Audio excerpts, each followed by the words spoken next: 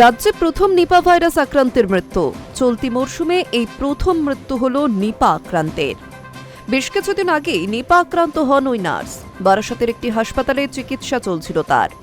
সূত্রের খবর, দীর্ঘদিন ক্রিটিক্যাল কেয়ার ইউনিটে ভর্তিও ছিলেন তিনি। যদিও হাসপাতাল সূত্রে খবর, নিপা নয়, হার্ট অ্যাটাকেই মৃত্যু হয়েছে নার্সের। জানা গিয়েছে, মৃতার নাম সৌমি রায়চৌধুরী। দীর্ঘদিন ধরে জ্বর, শ্বাসকষ্ট সহ একাধিক সমস্যায় ভুগছিলেন তিনি।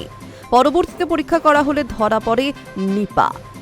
গত ৪ জানুয়ারি নিপা আক্রান্ত হয়ে ওই নার্স ভর্তি হন বারাসতের একটি হাসপাতালে। অবস্থার অবনতি হওয়ায় তাকে ক্রিটিক্যাল কেয়ার ইউনিটে রেখে চিকিৎসা চলছিল। ৩৯ দিন চিকিৎসার পর বৃহস্পতিবার মৃত্যু হল ওই নার্সের। যদিও জানা যাচ্ছে, নিপা মুক্ত হয়ে গিয়েছিলেন ওই নার্স। উল্লেখ্য, নিপায় আক্রান্ত, উপসর্গযুক্ত রোগী এবং তাদের সংস্পর্শে আসা ব্যক্তি ও স্বাস্থ্যকর্মীদের জন্য আগে স্পষ্ট নিয়মাবলী নির্ধারণ করেছে স্বাস্থ্য দপ্তর। বলা হয়েছে, শুধুমাত্র যারা নিপায় আক্রান্তদের সঙ্গে দীর্ঘক্ষণ এক ঘরে খুব কাছাকাছি কাটিয়েছেন তারাই ঝুঁকিপূর্ণ।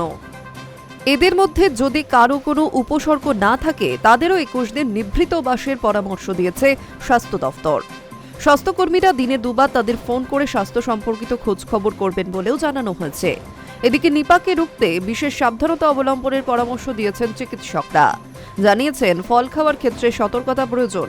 বাদুড় কিংবা অন্যান্য পশুর কামড় দেওয়া ফল ভুলেও খাওয়া যাবে না। বিশেষত খেজুর রস এই সময় না খাওয়াই উচিত। পেয়ারা, লিচু খাওয়ার ক্ষেত্রেও সতর্ক হওয়া প্রয়োজন।